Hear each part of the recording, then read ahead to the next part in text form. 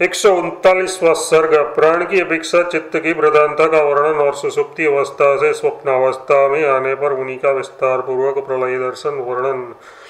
चित्त सदा ही प्राण के अधीन है, यह स्वीकार कर आरोपण क्रम से चित्त की प्रथम उत्पत्ति मात्र से जागृत और स्वप्न अवस्था में चित्त और प्राण दोनों की प्रधानता है, किंतु सुषुप्ति अवस्था में प्राण की ही प्रधानता है। इस आशय से श्री रामचंद्र जी के प्रश्न का समाधान पहले किया जा चुका है। इस प्रकार इस समय प्राण आदि सकल जगत में निर्माण में चित्त की ही स्वतंत्रता होने से चित्त ही प्रधान है, लेकिन सुषुप्ति के आरंभ काल में चित्त शांत होने के कारण चेष्टा करने में असमर्थ रहता है। अपनी विश्रांति के लिए ही वह प्राण की प्रधानता स्वीकार करता है। इस आशय से उसका समाधान करते हैं। श्री वशिष्ठ जी ने कहा, भद्र वास्तव में चित्त ही जगत का रचिता है। वह जिसका चाहे वह असत मिथ्या हो, चाहे असत सत मतलब व्यवहारिक सत हो, चाहे असत असत मतलब प्रातिभाषिक हो, जैसा संकल्प करता है वह उसके सामने वैसा ही खड़ा हो जाता है। चित्त ने प्राण का संकल्प किया, प्राण ही मेरी गति मेरे सकल व्यवहारों का निर्वाह है और उसके बिना मैं नहीं टिक सकता, ये भी उसके कल्पना की। इसी कारण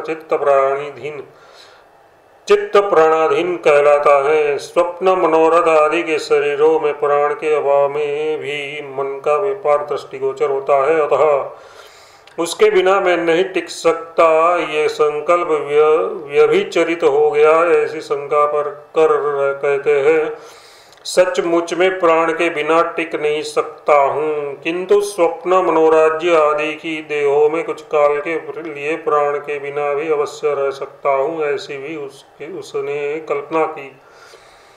हे राम जी, जहाँ जहाँ मन ने प्राण के साथ शरीर की कल्पना की, वहाँ वहाँ सर्वज्ञ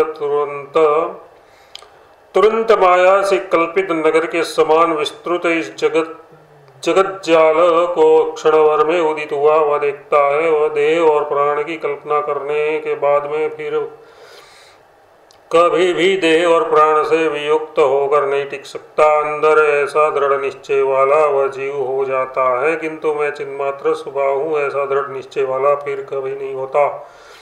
इसलिए अल्प विचारवश उत्पन्न हुए संशय प्राय अज्ञान से निस्तार पाना कठिन हो जाता है, क्योंकि विपरीत दृढ़ निश्चय की यथार्थ दृढ़ निश्चय के बिना निवृत्ति नहीं हो सकती। ऐसा कहते हैं, संदेहवश झूले की भांति कभी एक पक्ष में कभी दूसरे पक्ष असत में, कभी एक पक्ष में कभी दूसरे असत पक्ष में डालने वाला कुत्सित निश्चयों से दूषित चित्त दुखी रहता है। इस तरह का इसका अत्यंत दृढ़ यह भ्रांति ज्ञान तत्व ज्ञान के सिवा विकल्प से सदा कदापि नहीं टिकता। जिस पुरुष का ये मैं हूँ इस प्रकार का भ्रांति ज्ञान है, उसका वह भ्रांति ज्ञान आत्मज्ञान के सिवा अन्य किसी साधन से शांत नहीं हो सकता। दृढ़तर तत्व ज्ञान की प्राप्ति के लिए ये ग्रंथ ही उत्तम उपाय है, ऐसा कहते हैं। मोक्ष प्राप्ति के उपायभूत शास्त्र के विचार के लिए बिना अन्य से ज्ञान प्राप्त नहीं हो सकता, इसलिए यत्नपूर्वक मोक्ष के उपायभूत इस शास्त्र का निरंतर विचार करना चाहिए। अहम मैं इदम ये दुविधा द्वैत ही अविद्या है, मैं ये द्वैत ही अविद्या है। अहम इदम ये दुविधा ही अविद्या है, इससे अन्य अविद्या कहीं भी नहीं है। उक्त अज्ञान अविद्या मोक्ष उपाय के सिवा अन्य किसी भी साधन से नहीं हटता, नहीं विनिष्ट होता। मन में जैसा अभ्यास किया वैसा ही उसको प्राप्त हुआ। प्राण ही मेरा जीवन है, परम प्रिय है, इस तरह मन में खूब अभ्यास किया था, इसलिए मन प्राण की अधीनता में स्थित है। इसी तरह मन देह के अधीन भी है, ऐसा कहते हैं। देह के सौम्य रहने पर देहगत सौम्यता को प्राण में देख रहा मन मनन करता है। देह में क्षोभ होने पर देहगत क्षोभ को प्राण में देख रहे मन को अन्य कुछ या आत्म तत्व विवेक नहीं दिखाई देता। अतः एवं प्राण निरोध के अभ्यास के बिना कदापि आत्मज्ञानोन्मुख नहीं हो सकता। ऐसा कहते हैं जब प्राण स्पंदन रूप अपने कार्य में खूब व्यग्र रहता है तब मन के ईहर तो मतलब इतस्तः संचारों में व्याकुल हुआ प्राण आत्मज्ञान के लिए उद्योगशील नहीं हो सकता। ये प्राण और मन परस्पर रथ और सारथी है। कौन ऐसे रथ और सारथी है जो कि परस्पर एक दूसरे का अनुसरण नहीं करते। यथार्थ जैसे रथ और सारथी एक दूसरे का अनुसरण करते हैं वैसे ही मन और प्राण भी आपस में अनुसरण करते हैं। मन और प्राण एक दूसरे का अनुसरण क्यों करते हैं इस प्रश्न पर कहते हैं यूं परस्पर एक दूसरे का स्वभावतः अनुसरण करने वाले प्राण और मन का रूप धारण किए हुए परमात्मा ने सृष्टि के आदि में इसी तरह आत्मा का संकल्प किया। इस कारण अज्ञानियों की ये प्रवृत्ति आज भी निवृत्त नहीं होती है। परम पद में आरूढ़ न हुए यानी अव्युक्तन मन प्राण और जीवों के देहों में देश काल कर्मों और द्रव्यों से प्राप्त हुए विविध व्यवहार प्रवृत्त होते हैं। प्राण और मन जब तक समान रूप से अपना कार्य करते रहते हैं तब तक समान व्यवहार रूप जागृत चलता है। जब प्राण इंद्रियों को प्रेरित करने से विपरीत होकर विषमता को प्राप्त होता है तब विषम स्वप्न नाम का केवल मानस व्यवहार चलता है और मन के शांत होने पर सकल विकल्पों की शांति रूप सुषुप्ति चलती है। कब मन शांत होता है ऐसा यदि कोई प्रश्न करे तो उस पर कहते हैं नाड़ियों के अन्नरस पीता आदि द्वारा रुद्र होने पर संकुचित प्राण जब मंदगति होकर कहीं पर शांत रहता है तब मन शांति से सुषुप्ति का उदय होता है। नाड़ियों के नरस आदि से पूर्ण होने अथवा श्रमवश कमजोर हो जाने पर जब प्राण गति रहित हो जाता है तब सुषुप्ति का उदय होता है। मर्दनवश नाड़ियों में मृदुता आने एवं बाण के घाव और व्रण आदि से पूर्ण होने से भी सुषुप्ति होती है। ऐसा कहते हैं मर्दन वश नाड़ियों के कोमल होने से अथवा बाण की चोट घाव व्रण रुधिर आदि से भर जाने से प्राण के कहीं विलीन होने पर निष्पन्द सुषुप्ति होती है। महामुनि ने कहा तदनंतर जिसके हृदय में मैं प्रविष्ट हुआ था वह रात्रि के समय आहार से खूब तृप्त होकर सुषुप्ति के समान घनी निद्रा से संपन्न हुआ। वहां पर मैंने उसके चित्त के साथ सुषुप्ति की खूब गाढ़ी निद्रा का अनुभव किया। इसके पश्चात उस प्राणी के उदरस्थ अन्न पच जाने पर नैसर्गिक नाड़ी मार्ग में प्रविष्ट हुए प्राण का जब संचार होने लगा तब सुषुप्ति गाढ़ निद्रा कुछ हल्की हुई। सुषुप्ति के हल्की होने पर मैंने सूर्य आदि से युक्त भुवन को वहीं पर देखा जो हृदय से प्रादुर्भूत हुआ सा था। उस भुवन को मैंने प्रलय काल में शुद्ध हुए महासागर से निकली हुई जलराशि से पूर्णमान देखा। वह जलराशि ऐसी वैसी नदी प्रलय काल के मेघों द्वारा मुसलधार वृष्टि से छोटी हुई सी थी। उसमें आकाश को छूने वाली बड़ी बड़ी तरंगे उठ रही थी। उसके प्रवाह में पर्वत बहे जा रहे थे। बड़े बड़े आवर्तों भंवरों से महान कोलाहल हो रहा था। बड़ी बही जा रही वनराजी रूप तृण राशि से पूर्ण पर्वत चारों ओर बिखरे थे। वृक्ष और पर्वतों तक तो उखाड़कर फेंक देने वाली आंधी से तथा अग्नि की ज्वालाओं से पहले ही जलकर खाक हुई त्रिलोकी के बड़े बड़े खंडों से जो आकाश में स्थित देवताओं के नगरों पर्वतों और भूमि के भग्नावशेष थे वह चारों ओर भरी हुई थी। वहीं पर मैं क्या देखता हूँ कि मैंने किसी एक देश में किसी नगरी में किसी घर में बहुत बहू के साथ बैठा हूँ। उक्त जल में मुझे स्त्री पुत्र बंधु बांधव नौकर चाकर साज समाज समान घर बार से के साथ बहा दिया। वह घर और वह नगर प्रलय काल की जलराशि द्वारा बहाया जा रहा था। पेड़ के आकार की ऊंची ऊंची लहरें उसे बांध रही थी। जलराशि उसे चारों ओर से भर रही थी। उसके उसमें बड़ा भारी कोलाहल हो रहा था। अतः एवं वह घर और नगर सागर को जीतने के लिए कटिबद्ध सा मालूम पड़ता था। उस घर के निवासी लोग अत्यंत उत्पीड़ित थे और तो और अपने बाल बच्चों की भी किसी को सुधी न थी। आवर्तों से वह बहाया गया था। रोने चिल्लाने के साथ साथ छाटी कूदने में संलग्न लोगों से तथा कीचड़ से वह बड़ा भयानक लगता था। ढह रही दीवारों, कूट रहे कांटों और टूट रही किल्लों का उसमें घोर शब्द हो रहा था। छप्पर और खिड़कियों पर बैठी हुई स्त्रियों के मुंह इधर उधर गिर रहे थे। इस प्रकार का तमाशा क्षण भर देख रहा बहाव के चपेटे में पड़ा हुआ मैं ज्यों ही दिनहीन होकर रोने लगा, त्यों ही घर की दीवारों के चारों ओर से ठहने के कारण बालक, बूढ़े और स्त्रियों से पूर्ण वह सारा का सारा घर पत्थर पर गिरे हुए झरने के समान तरंगों में पड़कर टुकड़े टुकड़े हो गया। तदनंतर प्रलय की जलराशि में मैं उतरने लगा।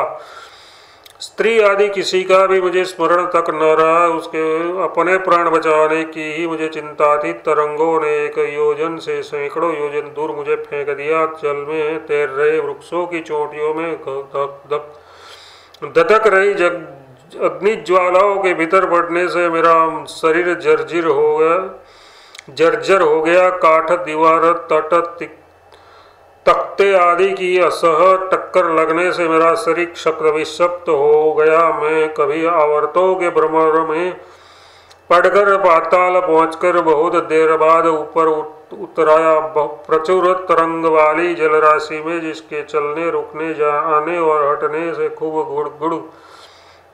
गुड़गुड़ ध्वनि होती थी, मैं बार बार डूबता और उतरता था। मैं जल के आघात से ढके हुए ऊंचे पर्वत से कीच हुई जल में दलदल वाले पोखरे में हाथी के समान क्षण भर डूबा, किंतु देववश प्राप्त हुई स्वच्छ जल ने मेरा निस्तार कर दिया। समुद्र के गाज और पहाड़ की फेम ढोके पर बैठकर जो ही मैं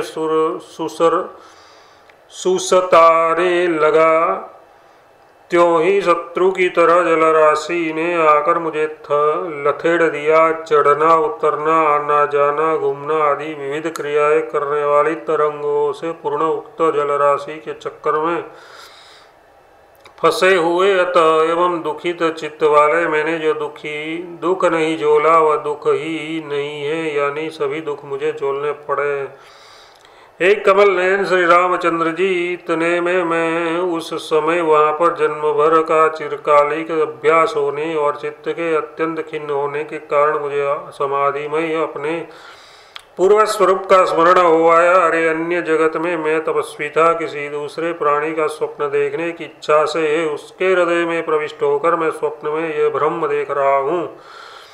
उसके बाद स्वप्न प्रपंच के दृढ़ अभ्यास के कारण पैदा हुआ मिथ्या ज्ञान में देह में तरंगों द्वारा बहाए जाते हुए भी मैंने दो सुख की सांस ली। प्रलय काल के समुद्र की ये चहल पहल सब मैंने मिथ्या ही देखी, जिसके पर्वत, नगर, गांव, भूभाग और पेड़ बह रहे थे। देवता, सर्पराज, नर नारी तथा आकाशचारी बह रहे थे तथा महान आरंभ वाले लोकपालों के नगर और गृह बह रहे थे। इसके बाद पहाड़ों से मिश्रित जल किल्लों की पहाड़ों से बार बार टक्करों का निरीक्षण कर रहे मैंने ये विचार किया, आश्चर्य है, भगवान त्रिनयन भी समुद्र में जीर्ण शीर्ण पत्ते की तरह बहाए जा रहे हैं। हाय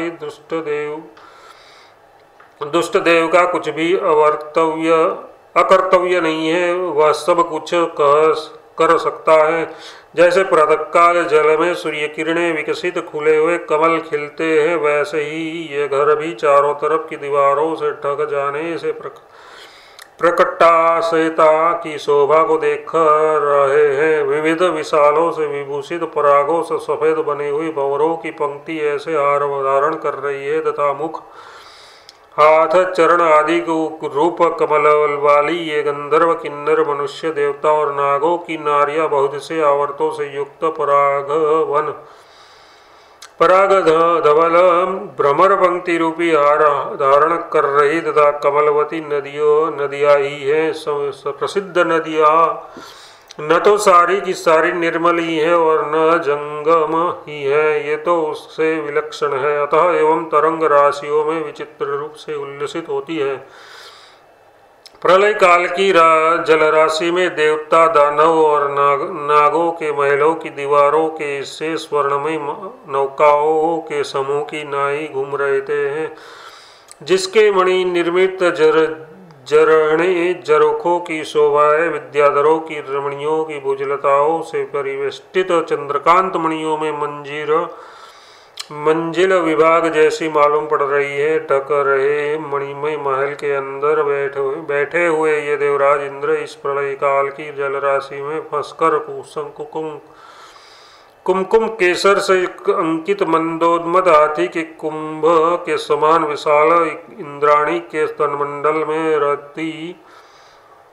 रति जनित खेद से थककर रति खेद को दूर करने के लिए मानो जल क्रीड़ा सुख के लिए तरंग रूपी झूले में झूलते हैं। खेद है नक्षत्र रूपी कुपित कुसुम्बों को बिखर रहे ये वायु जलों के वेष्टन से आकाश को वेष्टित कर जिसमें देवताओं के विमान गिर रहे हो, ऐसे सुमेरु पर्वत के उद्यान की खो में हुए और जंगल मंगल के लिए अक्षत सहित फूलों की वृष्टि कर रहे जनों की भांति बह रहे हैं। पर्वत के समान भयानक उमड़ी हुई लहरों की चोटियों द्वारा ऊपर आकाश में फेंका गया यंत्र से आकाश में फेंके गए सोने के ढेले के तुल्य ये जल का रूप ब्रह्मलोक में पंखुड़ियों से वेष्टित ब्रह्मा के आसनभूत कमल तक, जिसके बीच में ब्रह्मा समाधिस्थ है, पहुंचकर लौटता है,